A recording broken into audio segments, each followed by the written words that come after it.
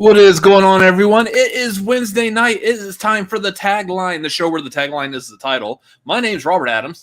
I'm Chris Adams. We are the Cinefanatics. Let's talk about some movie news and whatnot. Before we get started, y'all know how the YouTube things work. YouTube, welcome to this world. Streamlabs.com/Cinefanatics. You got any questions, comments, issues, complaints? Let us know there. If you just want to give us some money so we can pay some bills, that's always fantastic too. So love that. Yeah, it works out very, very well. Also, patreon.com/Cinefanatics. If you feel like we are worthy of your support and you have the means in which to support us, please hop on the tier that is good for you. There's only a $1 tier or $5 tier, so hop on one of those two tiers. You get access to the Discord. $5 gets you access to the monthly trivia monthly trivia hangouts and the monthly movie watch-alongs. Speaking of which, tonight after the Tagline, we will be doing that movie watch-along, and we will be watching. Pulp Fiction. Hey! Sound like Stitch trying to do the Pulp Fiction theme. Ohana means Royale with cheese. Yes, we will be watching Pulp Fiction tonight. It is streaming on the streaming platform formerly known as HBO Max, now just called Max. It's odd that they turned the platform purple and have a weird symbol for their logo now, but whatever. Yeah, but yes, we will be watching that tonight, so that should be a lot of fun. I feel like someone hasn't seen that before. I can't remember who. Lola hasn't seen Pulp Fiction before, so come join us as my cat watches Pulp Fiction for the very first time. Yep. And my brother. Me, I'm the cat. Yes, Chris, you've managed to live your entire life without watching this fantastic piece of cinema. How did that happen? I just didn't turn it on and watch it at any given point in my 34 years of living. Oh, that works. That makes sense. I'm sorry. Was that story supposed to be more into? It was a cold and stormy night, and Pulp Fiction was on, and I wasn't there. And so a lost opportunity was made. Anyway. You, a very good movie made by Quentin Tarantino. Me, a person who wasn't watching you. Missed connections. Bingo. Anyway, so that is tonight. So that's going to be roughly... say like what, 8 Pacific, 11 Eastern after Tagline. So again, hop on the Patreon, the $5 tier. Come join us in the voice chat on Discord. It's going to be a lot of fun. I love Pulp Fiction. That is a great, great movie. So anyways, and then Trivia Hangout will be on September 20th. Again, after Tagline, so that will be at 8 Pacific, 11 Eastern as well. We have decided that there will not be a Tagline next week. Correct. Yes, because this one is going out to LA. Yeah. And needing some time to get that prepared because you'll be leaving like the next morning. Yeah, so there's a couple things. One, been gifted a trip to LA. I'll be leaving on Thursday, so Wednesday night is going to be a lot of packing because I always pack the night before. It's just how you do it. On top of that, I will also be streaming Wednesday night over on my Twitch channel because the DLC for the Pokemon Scarlet and Violet games will be dropping. And as you know, if you've followed me on Twitch, those are games I really enjoy playing over there. And because I'm going to LA, I won't be able to play those games on stream for almost an entire week, nearly. So I'm gonna do it on Wednesday when we otherwise would have done Tagline. I will do that, and then I will be packing. So there's no room for Tagline that night. Yep. Anyways, so no Tagline next week. The week after that, the 20th, we will have a Tagline with the Trivia Hangout afterwards. So other upcoming shows on September 29th, we will be doing The Marquee. We are tier ranking musicals. If you are a part of our Patreon, you can get onto our Discord under the Marquee channel and see the list of movies that will be tier ranking. So again, even if you jump at the $1 tier on Patreon, you have access to that. Watch those movies that you may have never seen before, and then come join us as we tier rank those. I believe we are having a special guest. also joining us on that one? As of now, it sounds like we have at least one special guest joining us. Okay. So stay tuned, and we will be talking about that. Otherwise, let's talk about some movies that we've watched over this past week. I've seen a nice little handful of movies for the first time over this past week. Chris, what have you watched? I watched one. Oh yeah, which one did you watch? Please feel free to explain and tell us about this one movie you watched. It was Rocky Horror Picture Show.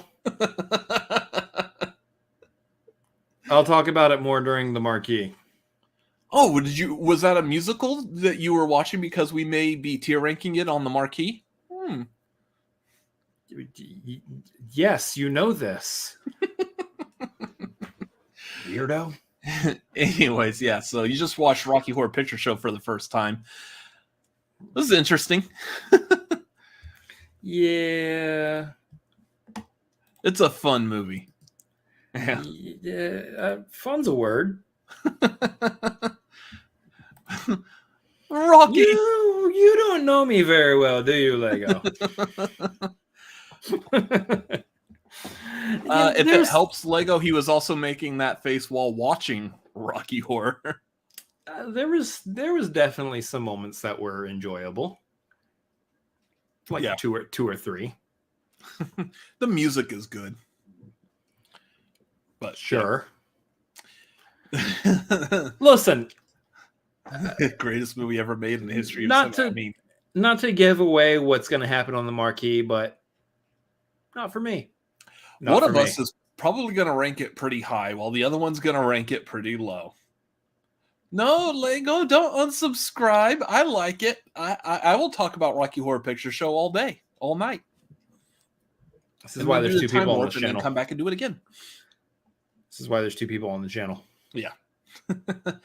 That's okay, because very likely you're going to probably rank La La Land pretty high, and I'll probably rank it pretty low. So it's going to come out in the wash anyways. No, we'll see. You have to rewatch La La Land. You need to give it another try. Yeah, we'll see. Anyways, over this past week, I have also watched Man on Fire for the first time. Right before Equalizer 3, just because I knew Dakota Fanning was also going to be in that Denzel Washington movie. So I was like, yeah, it'd be nice to watch where the two of them have originally worked together. Well, Man on Fire was a movie. I did watch Equalizer 3. Did a YouTube short on this channel ranking the 3 Equalizer movies. So if you haven't seen that, go check that out after we're done here. I also I watched Wreck, which that was great. Nice little found footage. I think it's all Spanish. I don't think it's Mexican. Is that the sequel to Crash? No, Wreck, REC. And it's before Accident. So it's Crash, Wreck, and Accident. That's so dumb. Is That's it funny? No, it's supposed to be Wreck as in short for record. Oh, that's why it's spelled REC in our notes over here. Got it. Yes. No, Lego, I was saying I believe it is from Spain, not Mexico. So it's like I'm trying to figure out how you actually word that. It's Spanish, but not Mexican. It's Spanish. Yeah. It's like that Guillermo del Toro movie. Yeah, Guillermo del Toro. What was it? Pandora? Pan's Labyrinth. Yeah, that one is that one was in Spain. That was from also. Spain. Yeah. Yep. Anyway, so watch that. I watched another horror movie. This was the one I had actually watched this the week before, but I forgot about it when talking about movies last week. So I'm going to mention it here. Is a movie called Creep. It is somewhat of a horror movie-ish. I really can't describe it. It's like a guy is about to die, so he hires a videographer to film like his final thoughts and moments and stuff. And it's just weird. It gets creepy. Hence the name. And then I actually watched Coraline for the first time. My first Laika movie. Coraline was really good, directed by Henry Selick, who also did Nightmare Before Christmas. And a bunch of drugs. Yeah, definitely has a lot of those in there, but I think Coraline is probably the most horror movie I think I've ever seen an animated movie. Like even more than Nightmare on Elm Street. That one's just spooky, but Coraline Nightmare is Before just Christmas. Yeah, like Coraline's an actual just straight up horror movie. Yes, I know I missaid it. Whatever. Yeah, you said Nightmare on Elm Street. Nightmare Before Christmas. You didn't say it, you just said a completely different movie. I said a completely different movie. Yeah, so if you like that movie Titanic, I highly recommend Creep. Like they don't have any correlation. And then follow it up with that animated movie Nightmare on Elm Street. Yes. Anyways, Freddie would wreck. Notice she put wreck in REC. Jack Skellington. Good job there. I like what Lego did there. I do. Yeah, I want to watch Paranorman next. Now that I saw Coraline and liked Coraline, but yeah. Anyways, yeah, that was all the movies I've watched over this past week. Let's get into some movie news. Ladies and gentlemen, good evening. This is what's happening in your world tonight. We apologize for the interruption. back to you. All right, guys, and welcome to your Barbie Watch. Tonight's Barbie Watch brought to you by... hold on. I should have clicked on this already. Let's just do the full number. 1,385,132,678. That's what's bringing your Barbie Watch to you. Yeah. Congratulations, Barbie. You are now the highest grossing movie of 2023. Surpassing Mario, finally. Knew it was going to happen. Yeah, I will say this doesn't feel like it's really surprising, given all the hype and everything that movie was getting, and the fact that the movie, I feel like that movie actually met the hype. Yes. So yeah, this isn't surprising at all. To all those out there who thought it was going to be a flop. Anyway, what's that thing about if you're woke, you're no longer with money? I forgot how the saying goes. I believe it's go woke, go broke. Yeah, that doesn't make any sense anymore, does it? Unless you go full woke, and then you can make $1.3 billion. Suck it long and suck it hard. so don't go woke, go full woke. Woke, whatever. So based on that information now, can we guess what the number one movie in the box office was this weekend? Barbie. You'd think that. It's Equalizer 3. Yeah, that would make sense. Yeah, it just came out. It's new. It's got Denzel in it. It's the third part in a trilogy of movies I have not yet seen. However, apparently is popular enough to make $42 million in the domestic box office over the 4-day weekend. That's right, y'all. Within the time span of 2 minutes of the tagline, Equalizer 3 just became the highest grossing movie of all time. Holy. Good for you, Denzel. You should probably retire now. That's your career going out with a bang. Good job, Antoine Fuqua. Yeah. No, $42,815,433 domestically for Equalizer 3 over the 4-day weekend. Pretty good numbers. Not too bad for that movie. I'm not entirely certain what the budget is, but hopefully it's not way over $100 million. Because I think that they will very much meet their budget based on these numbers so far. I don't think it was that high. Yeah. A couple more weekends, I think they're probably good. No, but Barbie is number 2. Barbie is still sitting at number 2 with another 13 million. Obviously, it reached highest grossing movie this year. Blue Beetle sitting at number 3 with another 9 million. Blue Beetle's total worldwide so far. Blue Beetle has passed the 100 million mark, which is good for that movie. Mm-hmm. Considering, I think when it hits that 100 million mark, I really feel like that's the number that executives might be like, did it meet its budget back? I don't know, but we can play around and toy with the idea of maybe doing another Blue Beetle at this point. at the very least, it's definitely cements the fact that Blue Beetle will pop up again in like another DC movie.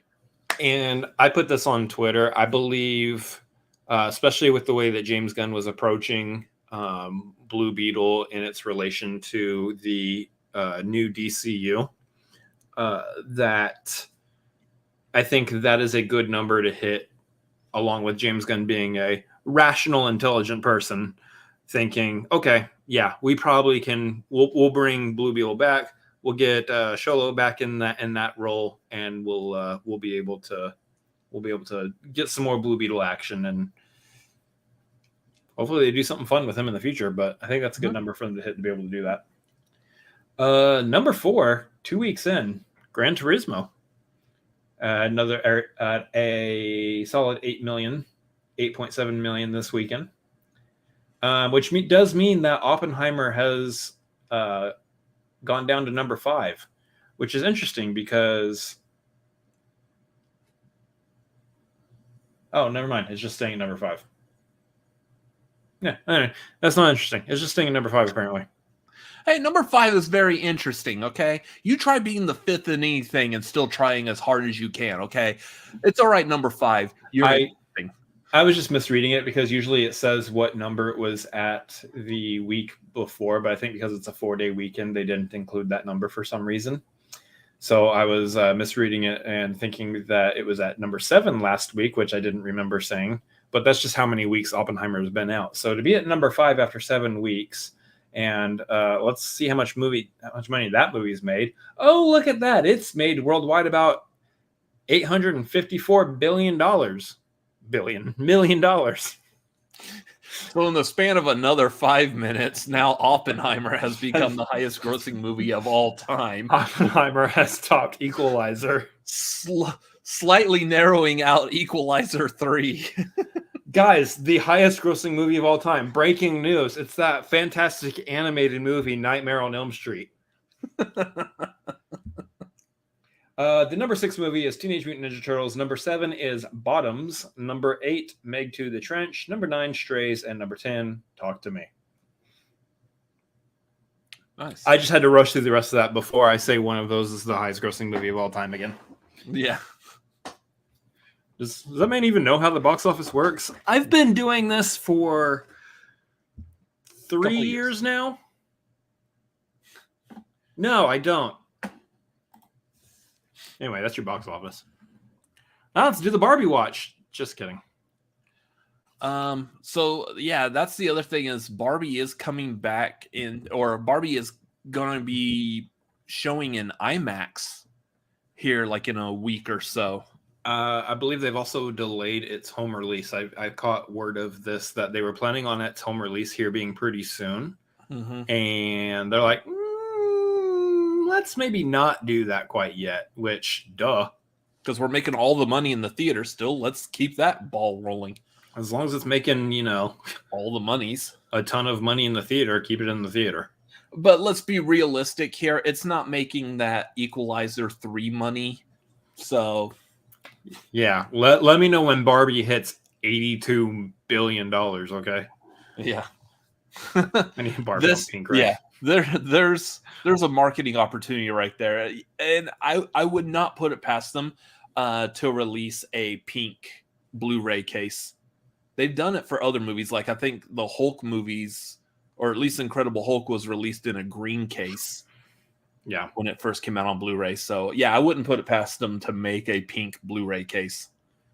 I think it would look weird, just whatever the cover of that is on a blue case. This is a gender reveal DVD. I don't know. Barbie, the poster has a blue sky background, so it might work. I don't know. I think it's 100% going to be a pink case. Yeah. All right, so let's get into some movie news. This one was interesting because this just came out today. So after I had already planned on our main topic and done the thumbnail and whatnot, we got word that apparently Rotten Tomatoes is under fire for some shenanigans going on. basically, the allegations that have come out are saying that there's proof that some PR team may have paid some critics, especially like your lower level critics, may have paid them to provide positive reviews for movies. So therefore, their Rotten Tomatoes score is higher up. Which, I mean, here's the thing. We knew this was a possibility. There wasn't anything in the actual system as a whole to stop this from happening. You were just hoping everyone was working on the honor system, and apparently they weren't. So, the article I was reading was basically talking about, it came from a PR firm referred to as Bunker 15, was trying to get people to post positive reviews for the 2018 Daisy Ridley movie Ophelia, which y'all paid for good reviews, and I still haven't heard of that movie as far as I know. Yeah. So when the movie first came out, and there were the first reports on Rotten Tomatoes, it was getting a lower than desired score. So that's where this PR firm, this PR firm Bunker 15 turned around and started paying other critics to put out positive reviews, or paying some of the critics who already put out negative reviews to go and change their review to boost up the numbers, which case later on made the actual Rotten Tomato number high enough to give it a fresh rating instead of rotten. So this is one of those news stories where people want to point fingers at who to blame for something, and there's just a lot of people just to point some fingers at. Because I think the major problem with this, I think the biggest problem isn't anything dealing with Rotten Tomatoes. It's specifically, I think, one, people trying to pay for positive reviews, people trying to pay for favorable reviews. But two, it's the fact that there are critics out there taking money for favorable reviews, because critics are already up against a wall with a lot of general populace who think that they are blowhards who don't do anything right professionally, or don't have a real job or whatever, when in reality, they're just completely misunderstanding what a critic's job actually is. But now it's very hard for the critics who are being honorable with their reviews, who are, keeping everything on the up and up, to be able to, continue doing that without getting any flack, because there are critics out there who are being very dishonorable with their reviewing, who are taking money and going, yeah, it's a good movie, y'all should go see it. I love the acting. I love everything about it.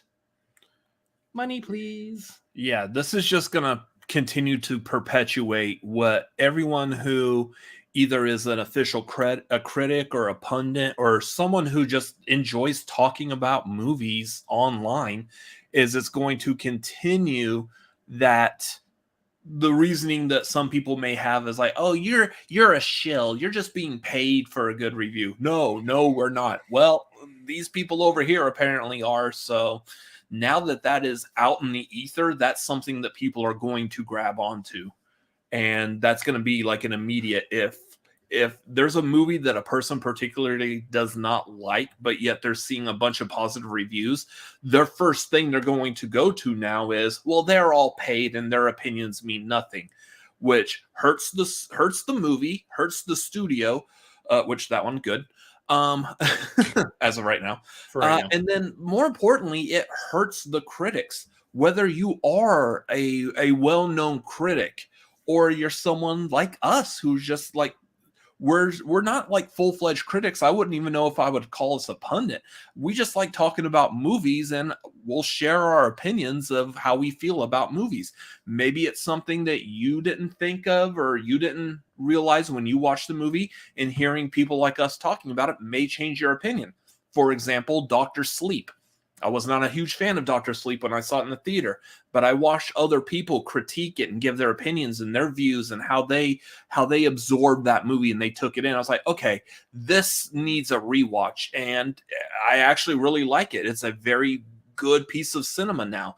That's because of a critic saying something about it. So yeah, Chris, you're right. I might like La La Land upon a rewatch. We'll see. But yeah, that I hate that because that's kind of the world I would like to be in, is to give an opinion about the movie and people take me seriously, or they try to understand, like, why do I have that viewpoint? What is it about this movie that I like that they may not have? And just try to understand and learn. Yeah. And here we are, we get people that are taking money, in which case, who cares what they have to say? It's all bought for anyways. And that's going to dilute the possibility of anyone being able to give a full-on critique without having to be trolled in some way. Yeah. That's annoying. I wish people would use their brain, but you never know. Do we know do we know the names of like these specific reviewers, these specific critics? I'd like to hope that they are just up against the wall with student loans and really just needed some extra cash to kind of pay off some huge debt. Well, so it's saying it's me trying to get the best of people, I guess. It said that Bunker 15 allegedly paid them $50 or more for each review. What? You sold your soul to the devil for $50? Yeah, $50 to screw over a movie's score and also discredit critics and pundits. Yeah, I hope that $50 was worth it, because that's stupid. That is terrible. I don't think there's actually a list of critics who may have done that yet. Mainly because I think Lego. Okay, but student loans though. I mean, understandable.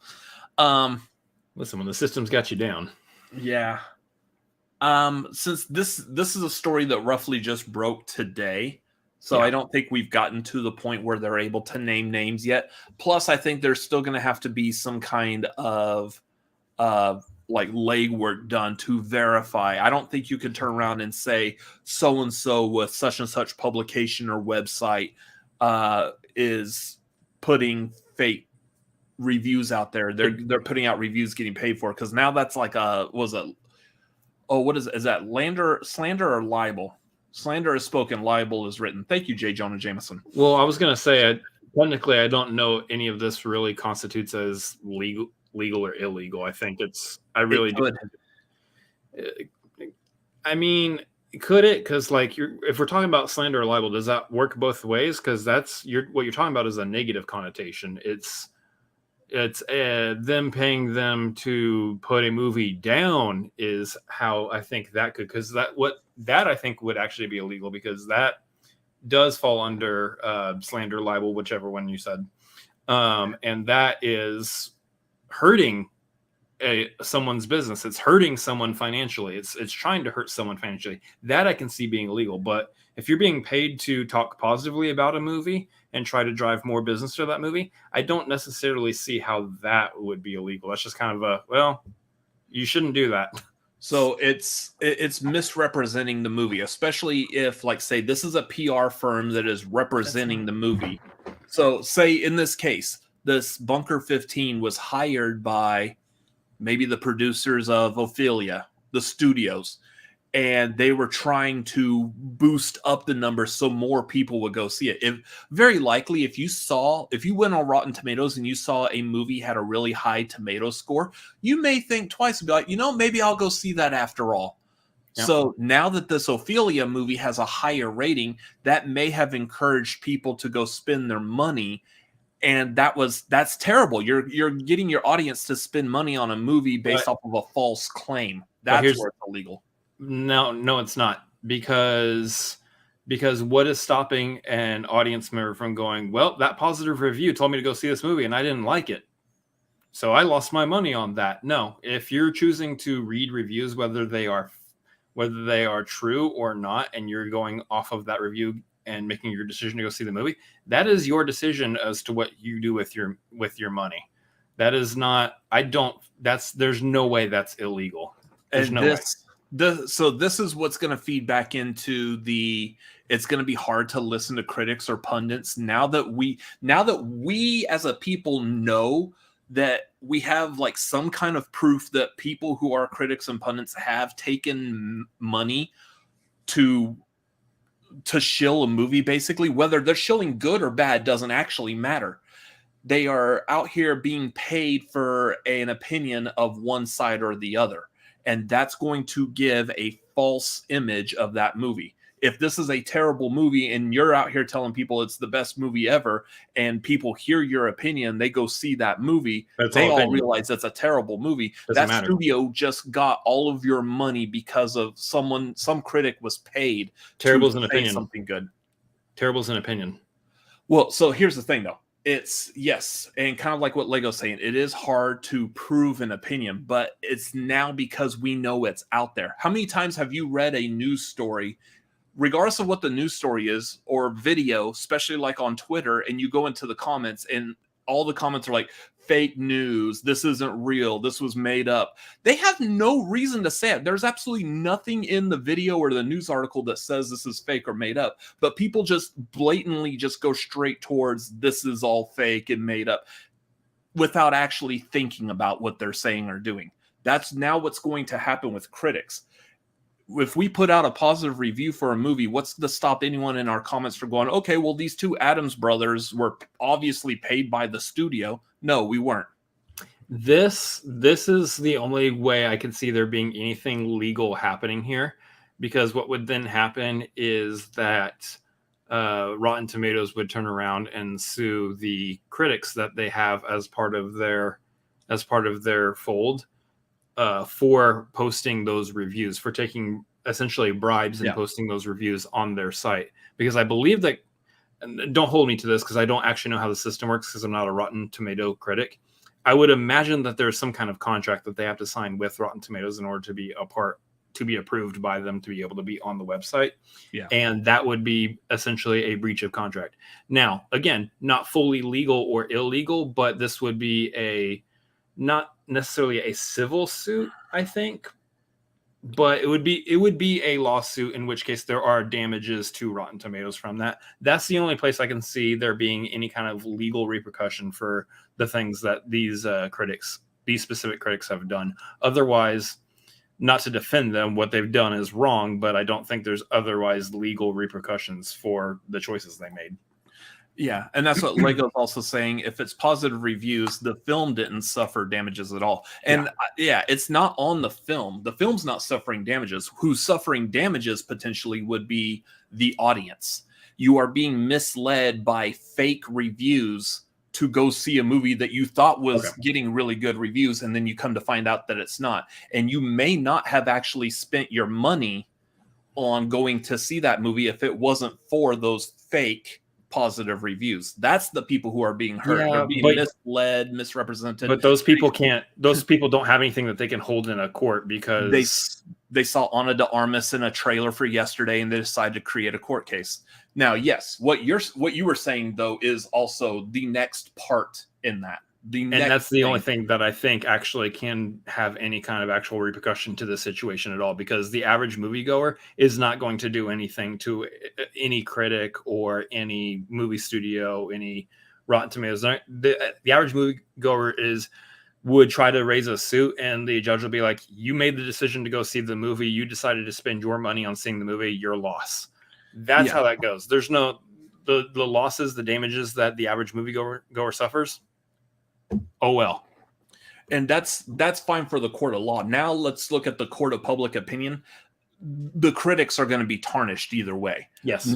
No one's going to believe a critic's opinion, whether good or bad. Everyone's now going to jump to the fake news. This is rigged. These opinions are paid for. And so they're not in that case, actual real opinions. In that case, I don't know if there's civil suits amongst critics, but I don't, because that would be a whole nother ball and animal to deal with. So that's why. So going back to, you were asking, were names released? That's why I don't believe we're going to hear names at least anytime soon. Because for you to release a name, you need to release the evidence that named person did in fact accept money to produce a fake review. And that's where, if you don't have that evidence, that's where it becomes libel. Which you can't prove it. You're bad mouthing a critic out there saying, well, you took money. That's libel. The evidence of that can be found out, though. If was there a transfer of money? Was there an exchange with that company? Yes. Okay. Did they provide a positive review of the movie after that exchange? Yes. Okay. Then they're guilty. Yeah. So I don't think this actually hurt. This doesn't hurt the Rotten Tomatoes website. It just shows that there is a flaw. I mean, it shows there's a flaw in that system, but the thing is that flaw is a flaw in any kind of system that does critiques on movies. You could say the same if you go to IMDb and you look at their reviews. Their reviews could be generated. I mean, this is something that's happened a lot lately anyways. People are review bombing and they're not being sincere with their review. They have an ulterior motive, whether it's wokeness or whatever other reason. They are wanting to change the opinion of how the general public views a movie before actually going to see it for some other reason. And that's what's going to happen here. Is it's going to continue hurting, and worst case scenario for Rotten Tomatoes, people just may not rely on them as much anymore, which I know that would probably hurt their website because it's going to decrease the traffic. Yes, I think Rotten Tomatoes would take the hit there, which is why I think Rotten Tomatoes would have a legal case to bring up. Potentially. Yeah, it's just you've got to get the names and you've got to show that proof. Otherwise, it's all hearsay at this point. Yeah, that would be it. Speaking of losing money, though, this one's a fun one that I liked. We love losing money. Let's go. Yeah, as funny as that sounds, and I don't mean like I'm happy to hear this in a we need to punish people type of situation, but it is funny because it's kind of like you knew better. In today's FAFO news. Yeah. You mess around and find out. Oh, yeah. So apparently it is reported that Warner Brothers is projected to take major losses because of the strike. No. We here at the Cinefanatics, we like to keep things simple when trying to explain stuff, unless like one brother questions the other brother's meaning of libel and stuff when it comes to reviews. We like to keep everything else as simple as possible. And what that means is we are supportive of the strikes. And if you are a studio that is announcing that you're losing money because of the strikes. Do we have a sound effect of that? What's his name from Simpsons? Yeah. We do actually need that. That would be good. I mean, you had the answer there from day before the strikes even started. You knew where this is going. Why are So what's really funny about this is let me see where's the actual words of this, because this was great. I enjoyed reading this article. Apparently it said back in May, before the strikes actually started, it was estimated that the Writers Guild, the WGA deal, could cost Warner Brothers Discovery around $47 million annually, while the SAG strikes were estimated to cost each studio around $23 million per year. Warner Brothers is saying that they are losing about $500 million because of the strike. That's a much bigger number than the 47 or 23. So 47 and 23 together is about 70 million. So they would be spending, not losing, they would be spending 70 million a year to continue to employ the individuals, the creative artists who are in their employ, to be able to continue creating movies, TV shows, and everything that generate capital for the company. But instead of doing that, instead of spending that money for all the individuals out there to do their jobs, which I'm phrasing it that way for a purpose, because eventually, yes, if they sign that deal, 70 million a year will catch up to the 500 million they lost already. Eventually, yes, that would catch up and it would meet that number. but it's not a loss if you're spending it on the talent to be able to produce the content you're putting out to begin with. It's giving everybody a raise, basically, is what we're saying. And giving somebody a raise is not losing money. It is respecting the people you're employing and paying them what they're worth. So instead of doing that, they just lose $500 million and will eventually, because we know how the strike ends, will eventually also, on top of that $500 million loss, have to pay the people $70 million a year. So yes, they lost $500 million needlessly. And that's not just WB. WB is the only one that we see reported so far, but we can roughly assume this is pretty close to the same amongst all of the major studios. Yeah. Yes. So good job. This really does. It seems like we're down to basically an ego thing, and primarily, I'm going to call it ego on the side of the studios. Not so much. I think everyone striking. I don't think it's necessarily ego involved on their side. Nope. It's we want to be respected for the work that we're doing. Pay us fairly. We'll continue to be happy employees. Happy employees give you good work. Yep. Let's just do what is decent and what's normal and what's asked of like any person on this planet.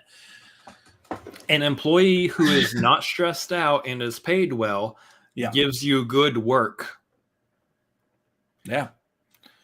So, yeah, the fact that they're saying that they're losing $500 million when you could have avoided that easily. You could just pay, but nope.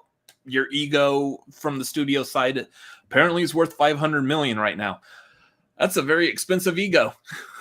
Meanwhile, I'm not 100% on this, but I feel like I've seen quotes or whatever. I don't know if it's David Zaslav specifically trying to do it, or in general, there's quotes out there in the ethos saying it's the writers and the actors' fault. And it's trying to point fingers and essentially demonize the strikers. And that's just goofy. That's just goofy business right there. I don't know what we're doing out here. We're trying to blame people on strike. That's goofy. Well, being goofy.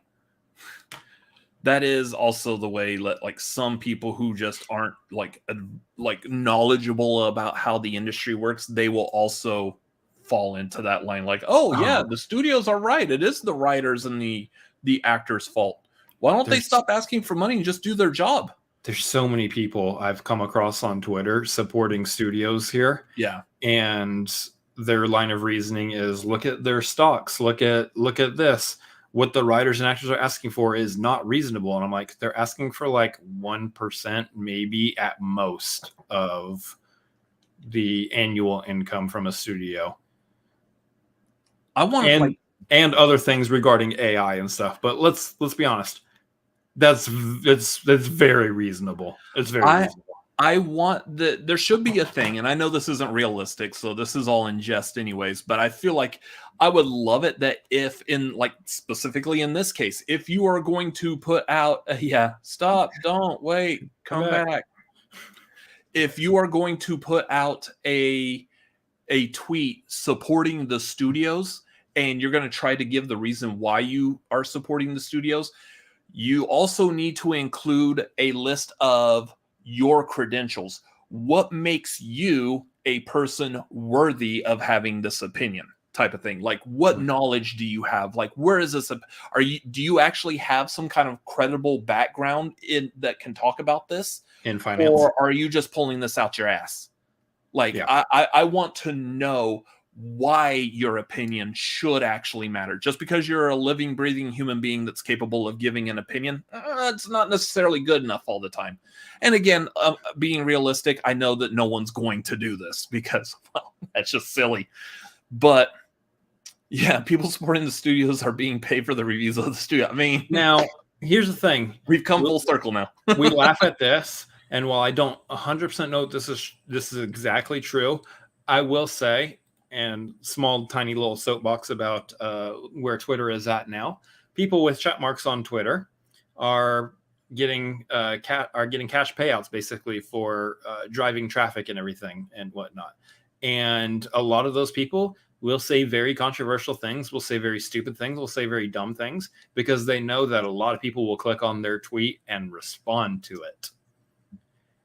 Basically, people are being paid for hating on Twitter now, basically. And so they will take the controversial opinion. They'll take the opinion that is not empathetic. They'll take the opinion that is not supportive of people and, their, what they should be paid, their fair pay and everything. And they in turn will make their bag doing that. So yes, people are actually getting paid to support the studios essentially. But that's Twitter. That's a whole nother topic of conversation. Yeah. Anyways. So basically, in short, what I'm trying to say is I like hearing about the studios losing money while the strike's going on because, you could fix it. Yeah, it's right there. You didn't have to lose that. But didn't have to. Yeah, you could have just paid your people. Just saying. Let's get on to the main topic real quick. So this one was kind of interesting, and this I feel like some kind of like personal attack from this, even though I don't have like a single piece of skin in the game. This is it just eats at me as far as just thinking things through. So everyone familiar with a little known singer known as Taylor Swift? Who's that? Yeah, I honestly have not heard of her until like this news article broke, and yeah, essentially, I just feel like there's some bad blood going on with this. So, if she's a singer, it's hard out here. I hope she makes it big one day. I really do. I'm pulling for her. I really am. Yeah, I know we're gonna say some negative things about this this Taylor Swift singer here because I don't like what's going on, but no matter what I say, I hope she still continues doing what she's doing. She just shakes it off, and everything should be fine. Maybe she'll have a couple of teardrops on her guitar. That's about as much as I could go with that. I don't know any of her other songs. Anyways, so yes, Taylor Swift has been making major news over this past year or so with her Eras tour. This is like also the big one that is essentially broke Ticketmaster, and that whole ordeal with Ticketmaster is primarily because of her concert and some others. But now the new thing is there's a concert movie that's going to be released in the theaters. Of course there is. They decided to release this movie on October 13th. Yeah. What's happening, though, is because this is getting released, it's now causing all the other movies around that date to pivot and make some alternate decisions. Why? Well, because apparently Taylor Swift's really freaking popular. And if anyone's going to go to the movie theater that weekend, they're likely to go spend their monies on Taylor Swift instead of any other movie. Name the movies. Well, the primary one is going to be Exorcist Believer. Okay. Because of this, Jason Blum of Blumhouse put out a tweet saying, okay, we're going to move to October 6th. You win, Taylor. And this is where I'm saying, like, for me, I feel kind of offended by this. That The Exorcist is a horror movie, obviously. It was planned to be open on Friday, October 13th. Do you know how often we get a Friday the 13th in October? Everyone understands the connotation that Friday the 13th is a scary day. That's why there's an entire movie franchise based off of that day that really doesn't have anything to do with that day, kind of, sort of, surprisingly. But having a Friday the 13th in October, kind of a big deal for horror movies. Here, that was the perfect day for this Exorcist movie to come out. And Taylor Swift's like, no, we're going to release our concert movie on that day. And everyone's like, oh, okay. So my first question that I have on this is, who gets to make that decision? Why didn't they announce that this Taylor Swift movie was going to come out on October 13th? And Blumhouse takes a look at it and go, oh, okay. Well, we're still going to leave Exorcist Believer coming out that weekend also. So I don't know what you're trying to do, but get out of the way. It's horror movie season. It's time for a horror movie. But what is it like? How do the studios or anyone look at individual movies and determine which movie should be allowed to have that weekend? This isn't like a first come, first serve type of thing, like planting your flag in the weekend, like dibs, this is our weekend. No one else can touch it. Like, why is it Blumhouse was the ones that basically were having to act on defense and reschedule their movie when Taylor Swift just up and plopped her movie there? And again, I'm not actually blaming Taylor Swift. I know she probably has very little to do with that, but I'm over this in a different way. What name any of the other movies that were supposed to come out? Do you have names of other movies that were supposed to come out? Well, not necessarily movies that were supposed to come out on that day, but there are other movies that are rearranging because of it.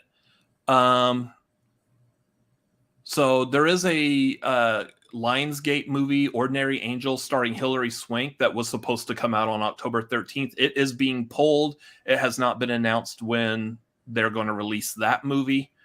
Apparently there is a Meg Ryan rom-com that was supposed to come out. What Happens Later? That one apparently is being moved around. Kind of flies against my point that I'm about to make here in a second, but I'm still going to make it anyway. There's also a Peter Dinklage rom-com. Moved its release back one date to October 6th. Okay. That's good. Oh, that has nothing to do with Swift, rather with Scorsese's Killers of the Flower Moon being moved to a wide release on October 20th. That makes more sense. See that one. Okay, sure. Here's my overall issue with this entire thing. Why are any of us moving anything around for a Taylor Swift concert movie? Yeah, and because I'm looking at Taylor Swift concert movie and Exorcist Believer, and I'm thinking, gosh, I want to go to the theater this weekend. Which one am I going to go see? Am I going to go see the Taylor Swift concert movie, or am I going to go see Exorcist Believer? Okay. Here's the thing. Do you like Taylor Swift?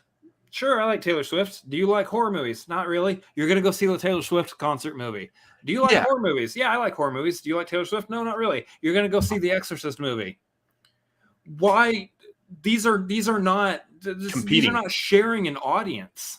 There's no way. There's a select number of people that are like, no, I wanted to see the Taylor Swift and I want to see Exorcist, but I can't do both. Yes, you can. Oh, that's my other point. On top of that, yes, you can. Barbie, Oppenheimer.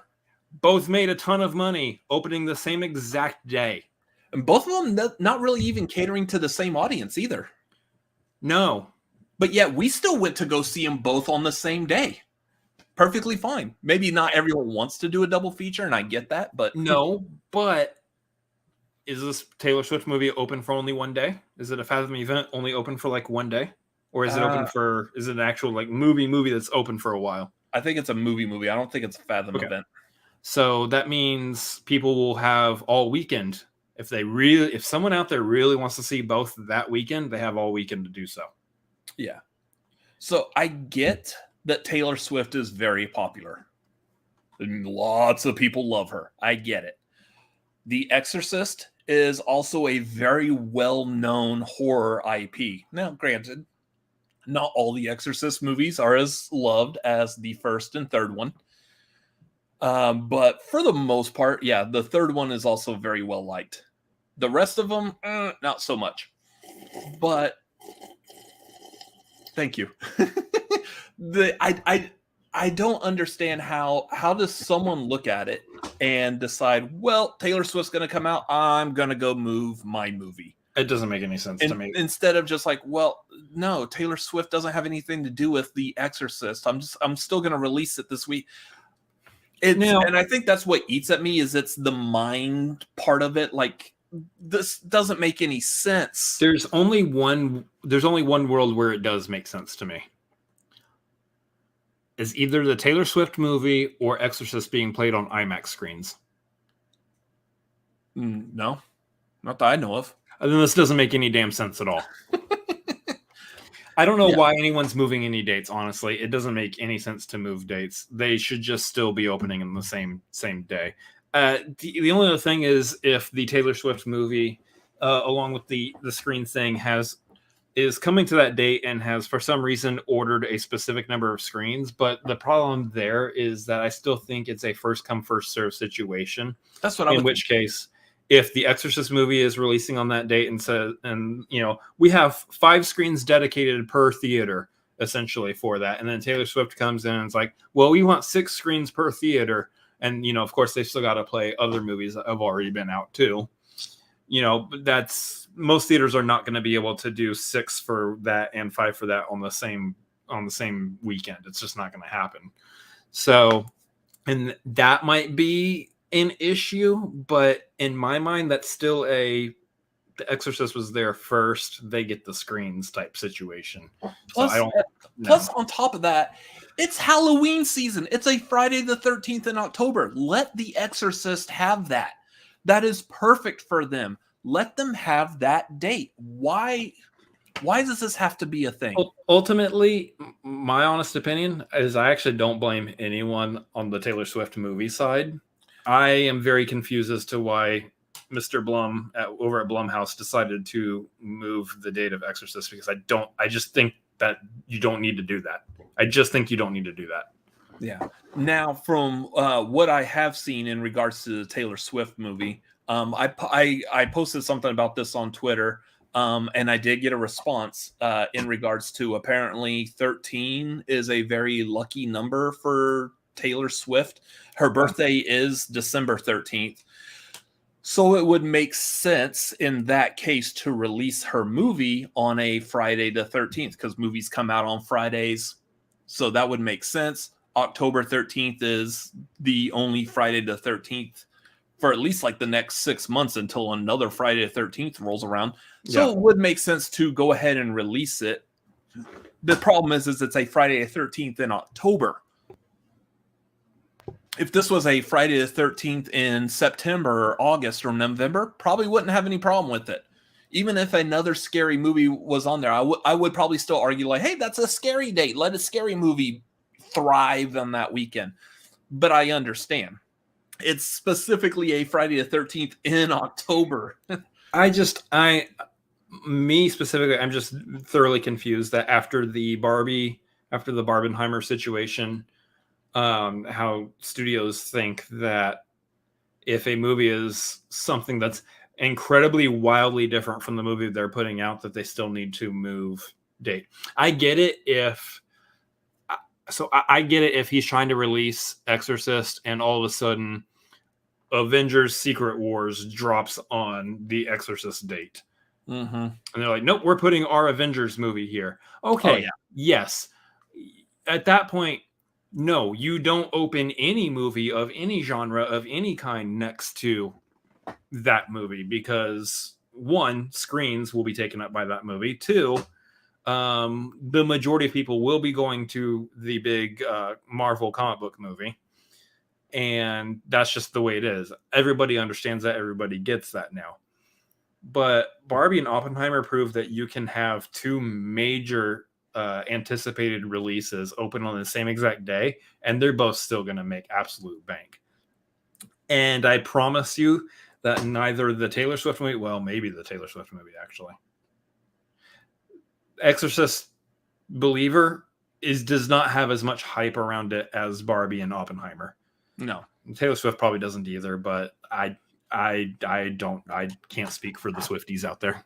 It's another Exorcist movie, which kind of like what I said before, generally the Exorcist franchise doesn't have the greatest track record for sequels. The first movie, of course, is very well beloved in the horror community. Typically most everyone will say it's one of the best horror movies ever made. My opinion, completely aside, I will eventually probably talk about that at some point, but and then like Exorcist 3 is also very well liked as well, but the rest of the sequels, no. So yeah.